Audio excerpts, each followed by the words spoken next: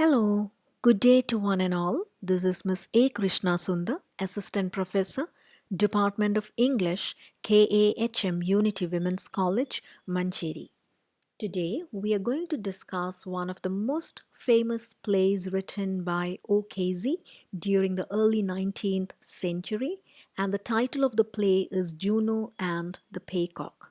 So, in this video lecture, which is part 1, we would be discussing the story of the entire play, and we would also go through a brief exposition of the characters. So before we start with the play, there is one personal request I have. As students, please do understand that no summary can be a right equivalent to the original script or the original writing of the play. So I request you to read the text and then come and listen to this video lecture, which will give you a total summary of the entire thing.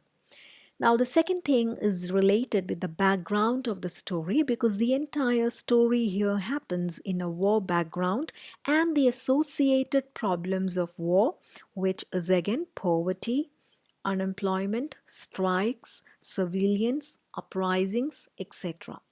So let us start with the storyline. So we have got three different acts. So let us start with Act 1. Now Act 1 begins in a living room of a two-room tenancy. Tenancy is a tenement, which is actually an apartment. So this small apartment is a real picture of the working class background that the people had from this group in the place Dublin during the early 19th century. So the entire story focuses on Boyle family. So let's get introduced to the different characters of Boyle family. So there is Jack Boyle, who is the father figure. Then comes Mary Boyle, who's 22, who is the daughter. Then comes Juno Boyle, who is the mother. And finally, Johnny Boyle. So if you look at the characters, you can see Jack Boyle, the father, the head of the family, is around 60-year-old, and he is a very irresponsible man. He continues his life with walking around his friends and going to the pubs and drinking. So he is not matured enough to handle the problems at his home, and he is an irresponsible husband and an irresponsible father. He is not even interested in going for a job, and whenever a job opportunity comes, he keeps complaining about a pain in his leg. Now then comes Juno Boyle. Now Juno is the mother character, and she is the only hard-working, responsible person within the family. So she is in fact the provider for the family. Then comes Mary Boyle, who is 22, and Mary Boyle is also a working lady, but you can see that she is on strike now. One of the colleagues had been victimized, and in order to show the support, she is on strike. So as things stand, Mary is not providing, or Mary is not of any financial use for the family now. Now, she appears to be an idealist. She keeps telling to her mother that a principle is a principle, but we find her always in front of the mirror. Even when Act 1 begins, we find Mary sitting in front of the mirror and trying different colored ribbons. So we understand that she is a lady who gives a lot of importance to the physical appearance rather than idealistic principles. Then comes Johnny Boyle. Now he is presented as a pale and delicate character. He has lost an arm, which is a very clear indication that he has taken part in some rebellions and uprisings. Now there is one more character whose name is Joxer Daly. Now Joxer Daly is a very close friend of Jack Boyle, and this is one reason why Juno dislikes Joxer. Juno believes that It is because of these kind of companions that Jack is never becoming responsible. So Joxer is a very close friend of Jack and they go together for drinking to different pubs. Now, in the very first act, we can see there is a conversation which happens between the mother and the daughter, Juno and Mary. And this conversation is about their neighbor, Mrs. Tancred, and her son, Robbie, who has gone into missing. Now, when this conversation is happening between the mother and the daughter, Johnny really gets irritated. He becomes really worried and he asks them to stop this conversation. So we do not understand why he is taking such a stand, but we will get more clear details in the coming acts. Now, Johnny is a very scared kind of character.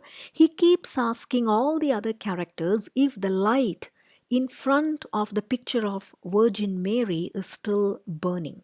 Because Johnny has a notion that the moment the light in front of Virgin Mary extinguishes, his life will also be terminated. So there is something that he is really scared of, but we do not know what it is. Now, apart from these characters, there is another character whose name is Charlie Bentham. Now, Charlie is a young man, he is an advocate, he is also a teacher, and he has a very strong relationship with Mary. Now, Mary is also interested in Charlie. So, there is a love relationship which is happening between Charlie and Mary. Now, there is one more male character whose name is Jerry Devine. Now, he is also a young man who is a part of the labor movement. Now, Jerry is also interested in Mary, but unfortunately, Mary is not interested in Jerry.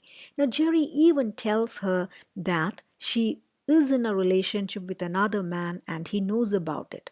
But again, he concludes by saying that he is still interested in her and Mary is not giving any response for this. Now, in the very first act, we see Jack enters with Joxer, and after seeing Juno in the apartment, Joxer runs away. Now, there is Mr. Farrell here, who's actually a father, Father Farrell, and Father Farrell is trying to fetch a job for Jack Boyle. So, in Act 1, we see Jerry Devine coming to the apartment to tell Juno about a job opportunity that Father Farrell has found for Jack Boyle. Now, the moment Jack knows about this, he starts complaining about a pain in his leg because he doesn't want to go for the job. Now, as things stand in this way, we can see there is a shocking news coming to the family, and this news is delivered by Charlie Bentham. Now, Charlie says a cousin of Jack Boyle, whose name is Ellison of Santry, had died, and his will of inheritance is actually written in favor of Jack Boyle, which means the huge wealth, including a lot of properties and estates, would come into the hands of Jack Boyle. So it would be around £2,000, which is a very huge amount, and the whole family looks very happy now as Act 1 comes to a close. Now it is after 2 days that Act 2 happens, and in Act 2 we find a totally different stage setting. The apartment is totally changed from a poverty-struck apartment. Today you can see a very luxurious apartment with a lot of new furniture, draperies, curtains, etc. There is even a gramophone which is placed, which is a sign of extravagance and prosperity during the early 19th century. Now there is Mrs. Madigan, another neighbor, and we find this neighbor for the very first time in Act 2. Now this makes us realize the fact that money can bring in a lot of changes. Money can even bring in a lot of neighbors. So Ms. Madigan has actually given some money as debt to Jack Boyle, and using that money, Jack has completely renovated the apartment. Now, he is actually throwing a party for his relatives and neighbors now, But as the party goes on, there is another unhappy news coming on the other side, which is the death of Robbie Tancred.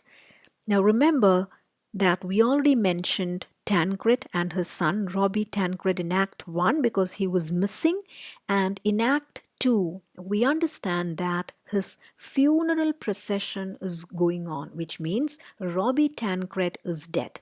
And when this news is spilled at the Boyle family, we find Johnny is totally irritated. And in this very act, we find a few other people coming and questioning Johnny. So we get some kind of suspicion and doubt regarding Johnny's association with Robbie Tancred. So this is how Act 2 ends. Now, Act 3 happens after 2 months from Act 2. Now, when Act 3 begins, we see Charlie Bentham has disappeared. There is no news of this person. It is heard that he has gone to England. So Bentham has disappeared and Mary is totally unwell. So now Juno takes Mary to the doctor and there is just Jack Boyle who is remaining at the apartment. Now Johnny is inside his room who is still worried about the light in front of Virgin Mary. Now meanwhile Joxer and another character Nugent, they come and they meet Jack Boyle, but this time they have come with a very bad, shocking news. And the news is that it is a truth about the inheritance. Now they convey to Jack Boyle the fact that when the will of inheritance was written, it was written in such a way that the inheritance will go to all the first cousins and all the second cousins, which will definitely make Jack just one among those inheritors. So he would not be getting a huge share because this huge inheritance is now divided among all the first cousins and second cousins, which means Jack Boyle would be getting only a very small proportion of the inheritance. Now, hearing this news, Jack is totally disappointed because Mrs. Madison is coming now and she is asking for the repayment of the money. Now, Jack Boyle is not having any money. The credit which he has made to the furniture group is also remaining. Now, they come and they pick all the furniture within the apartment. So, it is going back to the poverty-struck stage as we saw in Act 1. Meanwhile, another bad news is coming, which features that Mary Boyle is pregnant. She is pregnant with Bentham's child, but Bentham has already disappeared. Now, this makes Juno really worried. Now, it is at this juncture that Jerry Devine comes. Now, when Jerry Devine comes, he finds Mary, who is very disappointed. Now, Jerry Devine, he makes his marriage proposal once again, saying that he is willing to take in Mary as his wife.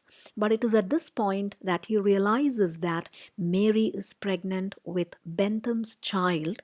And after knowing this, Jerry Devine too leaves because he is not willing to marry Mary with Bentham's child. At the same time, Johnny is taken away by a few police officers. A few hours later, another news comes saying that they have to go and identify a dead body, and this is presumably the body of Johnny, which means he was killed. And now we realize that it was Johnny who betrayed Robbie Tancred because Robbie had gone into hiding, and it was Johnny who spoke about the hiding place of Robbie Tancred to his enemies. So as a result of this, now Johnny too is killed.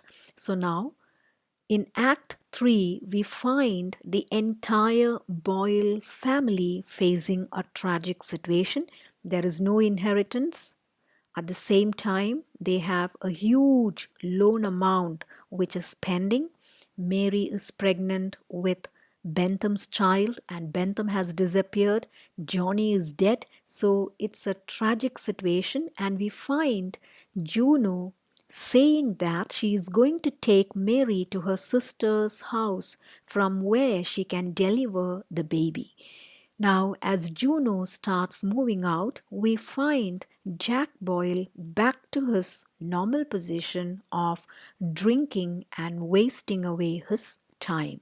So, when Act 3 ends, we find Jack sitting in his apartment, again the poverty struck apartment, and he is drinking. So, with this, we come to the end of the storyline of this play, including Act 1, 2, and 3. So we would be having another video lecture to discuss the different themes of the play. So thank you very much for your patient listening. Thank you once again. If you have got any queries or if you need any assistance, please feel free to get connected with my email ID. So thank you very much. Thank you.